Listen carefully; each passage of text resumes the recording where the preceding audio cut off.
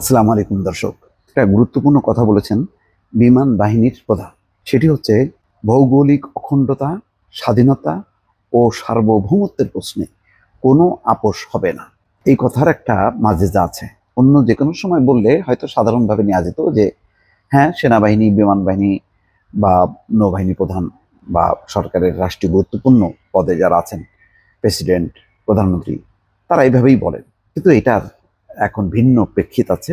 এই আলোচনাটা বা এই বক্তব্যটা কিন্তু এখন ভিন্নভাবে মূল্যায়ন করার অবকাশ রাখে। সাম্প্রতিক সময় যে টানাপোড়েন সেনাপ্রধানের সঙ্গে ডক্টর মোহাম্মদ ইউনূসের, এখানে কিন্তু মনে রাখা দরকার যে শুধু সেনাপ্রধান নয়, তার সঙ্গে আছেন বিমান বাহিনী প্রধান, আছেন নৌবাহিনী প্রধান।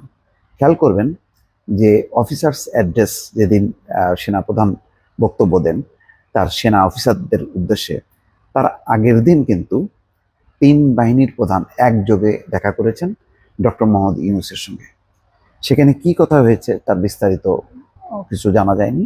তার পরের দিন অফিসার্স অ্যাড্রেসেই কিন্তু বোঝা গেছে যে সেখানে কয়েকটা বিষয়, মূলত তিনটা: করিডোর, দ্বিতীয়ত হচ্ছে বন্দর বিদেশিদের কাছে দেয়া, আরেকটি হচ্ছে ডিসেম্বরের নির্বাচন। এবং এই প্রশ্নে কিন্তু বর্তমানে যে সশস্ত্র বাহিনী বিভাগের তিনজনই কিন্তু একাত্ম এই বক্তব্য বা এই অবস্থানে। এবং তাদের এই অবস্থান কিন্তু নতুন না। শেখ হাসিনার পতনের সময়ও কিন্তু তিন বাহিনীর প্রধানের অসাধারণ ভূমিকা ছিল। সেনাপ্রধান ওয়াকারুজ্জামানের সঙ্গে বিমান বাহিনীর প্রধান এবং নৌবাহিনীর প্রধান, ঘটনাক্রমে তিনজনই আবার ব্যাচমেট, একই ব্যাচমেট। তাদের মধ্যে আন্তরিক সম্পর্ক আছে, একাত্মতা আছে। ফলে তিনজন একসঙ্গে হয়ে কিন্তু শেখ হাসিনাকে বলেছিলেন যে আপনি পদত্যাগ করেন, দেশ ছাড়েন।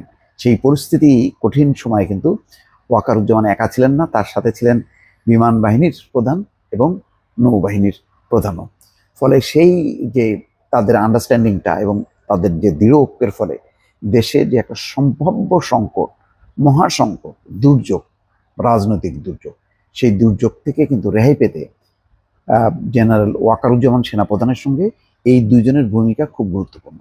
বর্তমানেও যে নানা ধরনের সংকট চলছে, বিশেষ করে নির্বাচনকে ঘিরে, বন্দরকে ঘিরে, করিডোরকে ঘিরে, সরকার এই প্রসঙ্গে তার মতন করে চলছে। কারোর সঙ্গে কথাবার্তা বলা, সেইগুলির কোনো ধার ধারছে না। শুধু তাই না, জাতীয় নিরাপত্তা উপদেষ্টা খলিলুর রহমান, সেই খলিলুর রহমানের ব্যাপারেও কিন্তু একটা আলটিমেটাম আছে যে খলিলুর রহমানকে তার পদ থেকে সরে যেতে হবে।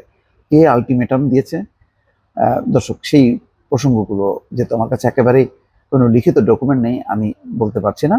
তবে খলিলুর রহমানকে সরে যেতে হবে, এমন একটা পরিস্থিতি তৈরি হয়েছে।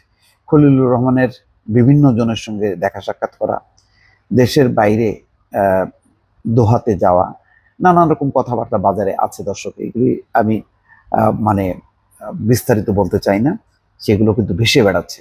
যাই হোক, কিন্তু তিন উপদেষ্টা যেমন বিএনপি চেয়েছে, শুধু তাই না, এই নিরাপত্তা উপদেষ্টা নিয়োগের আগে তিন বাহিনীর প্রধানের সঙ্গে আলোচনা হয়নি, এই কথাগুলিও কিন্তু ছড়িয়ে গেছে। ফলে বিমান বাহিনীর প্রধানও আজকে যে কথা বলছেন, সেই কথার কিন্তু একটি রাজনৈতিক গুরুত্ব আছে।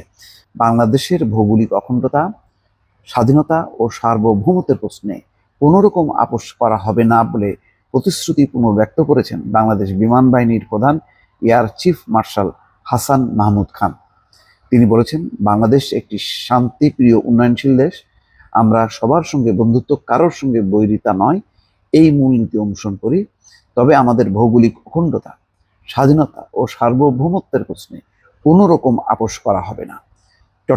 বুধবার চট্টগ্রামের ভাটিয়ারিস্থ বাংলাদেশ মিলিটারি একাডেমিতে অনুষ্ঠিত রাষ্ট্রপতি কুচকাওয়াজ উপলক্ষে আয়োজিত অনুষ্ঠানের প্রধান অতিথির বক্তব্যে তিনি এসব কথা বলেন। নিজস্ব প্রোগ্রাম, কিন্তু এই বক্তব্যটা বর্তমান সময়ে অত্যন্ত গুরুত্বপূর্ণ দর্শক, সেই কারণে আলাদাভাবে একটু বিশ্লেষণ করলাম। ভালো থাকবেন, আল্লাহ হাফেজ।